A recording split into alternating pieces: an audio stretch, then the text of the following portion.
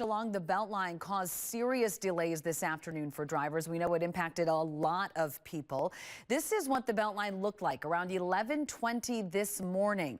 Racing vehicles caused the crash. One of the vehicles racing hit an uninvolved vehicle and actually pushed it into a semi. The vehicle that was hit flipped onto the westbound Beltline lanes and caught fire. Madison police say 3 people ran away. They got into another vehicle and took off.